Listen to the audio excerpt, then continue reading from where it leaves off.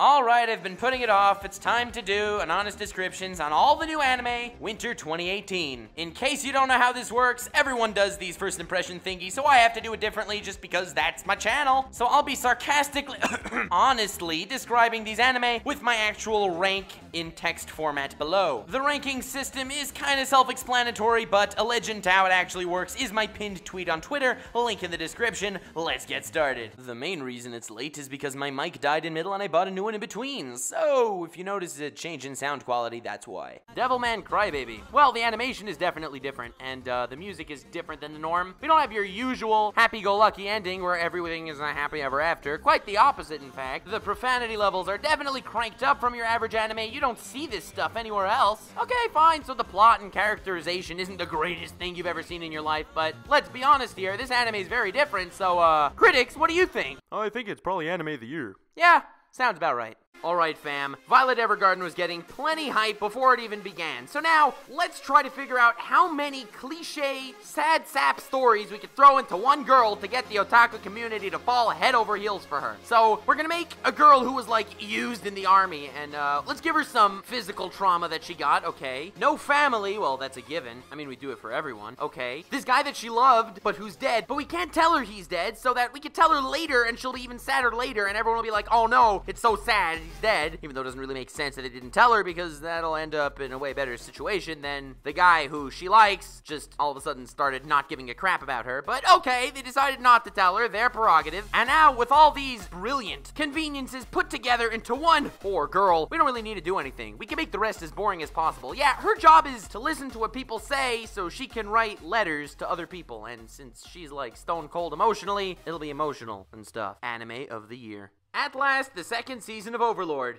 We've been waiting for this for far too long. I mean, the main character has literally every quality you could want in a main character. Being an overpowered, stuck-in-a-game badass and not being Kirito. What more can you want? Oh yeah, you probably want to watch 3 episodes of lizard sex before you actually get to meet the actual protagonist that we were all waiting to see. Yep, Overlord got your back on that one. Finally, after much teasing and fake 4-episode seasons, we got the second season of the 7 Deadly Sins. I am so excited to see how they bring back every fucking character they actually killed in the last season, and believe it or not, they didn't kill all that many. Ban is still best girl. Citrus also got a lot of hype. Now, this has a totally different hype method than, like, let's say Violet Evergarden, because Violet Evergarden already had hype, so to build on this hype, you had to make the sad sappest girl of all time, so everyone falls in love with them. Now, the power of Citrus is, to get it its initial hype boost, you don't need a good source material or anything. No! You just need to make it both gay and incest at the same time. Also might want to make them step-siblings because, you know, the longevity of the anime matters too. If you could throw rape in there, it's just an extra bonus that no one was expecting. Congratulations, Citrus. You surpassed all of our expectations. Just wait for next episode when, surprise, they're all traps. Darling and the Franks. So these mechs are called Franks and the main characters called Darling, hence Darling and the Franks. Pretty deep shit, you know. It's Studio Trigger, you should expect some deep stuff happening. And that's right, everything is actually a metaphor in this brilliant Studio Trigger masterpiece from the creators of Kill la Kill. A show that gave meaning to meaningless fan service. You have a series about a guy and a girl and a robot, and the way they pilot the robot is having sex. It's a metaphor for having sex. Don't believe me? You need a guy and a girl who are compatible, where the way the robot is steered is the guy grabs the girl's ass and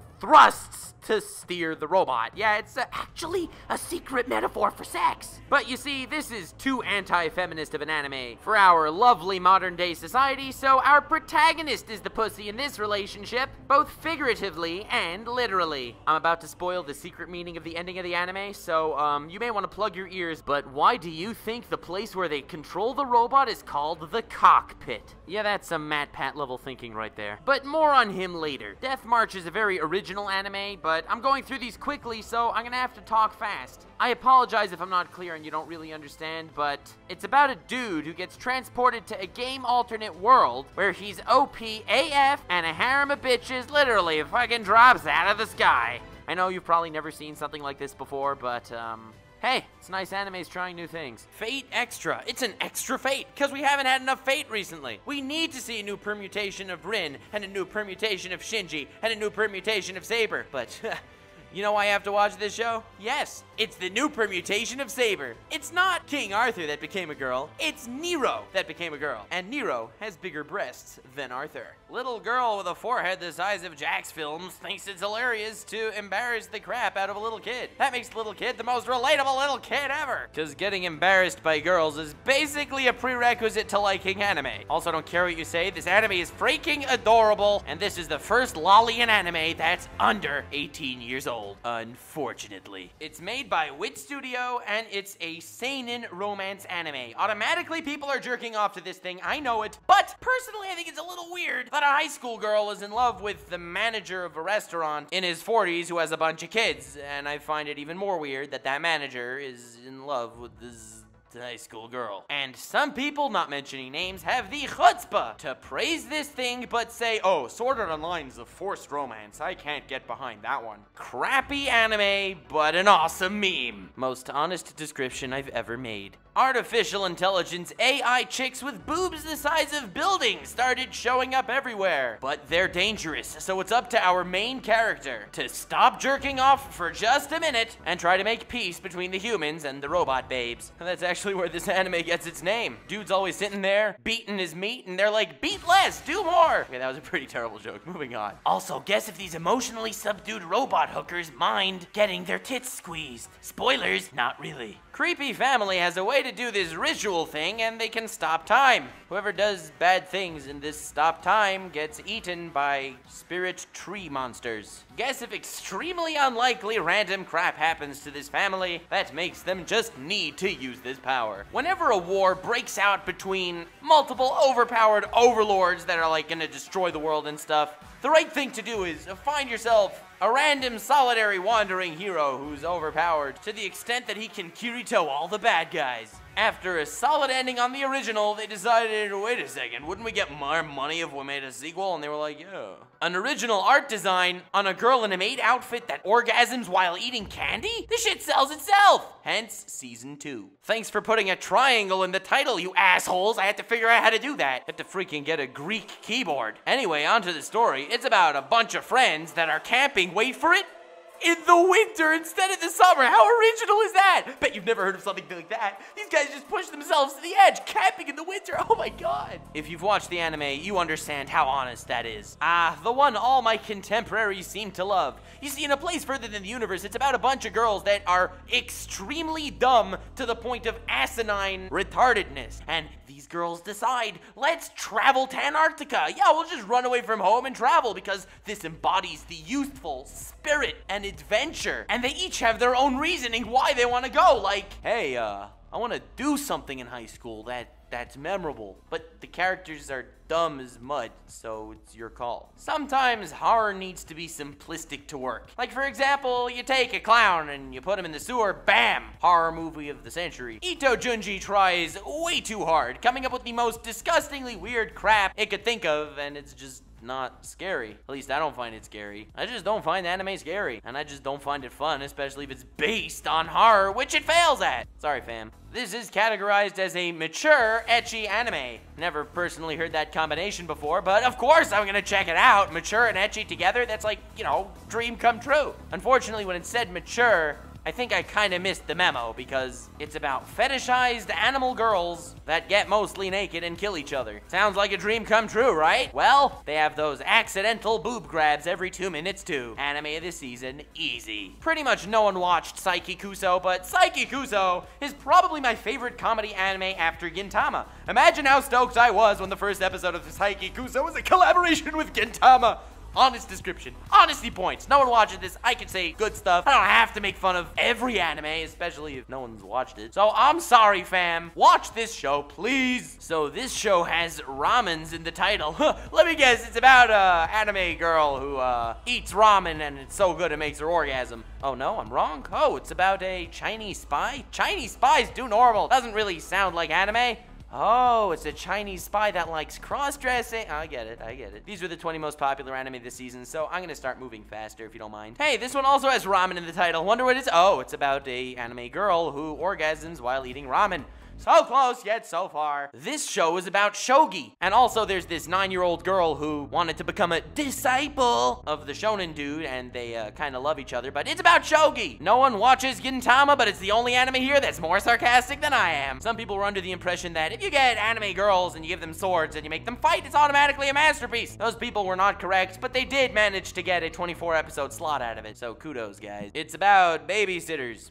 That is all. But if you pronounce babysitters in Japanese, it becomes baby shitters, which makes it way cooler. Definitely worth a watch. Read the title. Notice those 3 girls are all wearing different colors. That's the plot, fam. This anime had such a slow start, I didn't continue, but I have a feeling that the rest of the series will be just as slow. Look at the title. Epic foreshadowing. You know, your normal slice of life anime with anime characters hanging out in school or something. Now imagine all those characters are only like an inch tall. That's this. Setting changed, but the same formula. Kinda cute though. Hey, it's a girl and there's magic and it's a high school. Wonder if they'll get naked.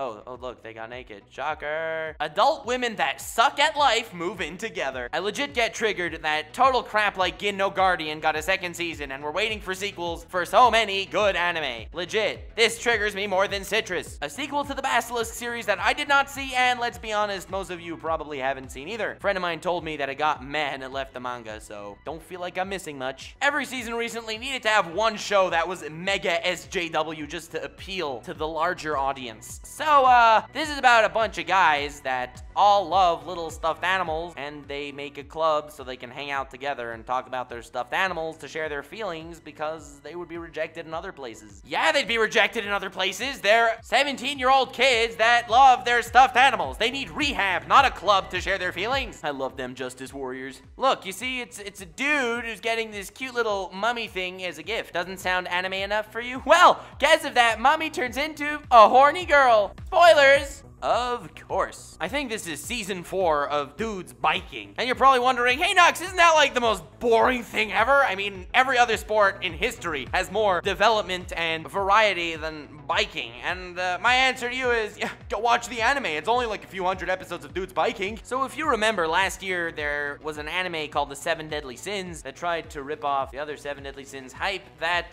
was basically about these 7 demon lords that were always naked and getting horny and turning each other on to unleash their ultimate powers. This is about 7 angel bitches who are usually naked and horny and turn each other on to show their angel powers. I swear this is where PewDiePie gets his idea for original content. The first season of this show was about 12 dudes sitting around a big tree, drinking tea, and occasionally killing a demon or two. Season 2 is about the same 12 dudes sitting around a tree, drinking tea, and occasionally killing a demon or two. Girl's failing at school, so she gets her 25-year-old sister to take over for her, and no one will notice. Well, the teacher noticed and said, wait a second, she's 25, I can totally rape her. Yeah, that makes sense. Also, I don't know what's been going on recently. This is basically hentai. They show freaking everything. I won't show everything, though. My 7 Deadly Sins Honest Descriptions was taken down for total BS. I'm now the most family-friendly channel on YouTube, aside from all the porn channels that mark their stuff as educational. This thing was in Shonen Jump like 25 years ago. You're probably wondering, hey, if it was in such a popular manga book thing, and it's so old, why didn't it get an anime adaptation yet? Well, you see, it's because the main character rides a flying hippo. That says everything that's needed to be said.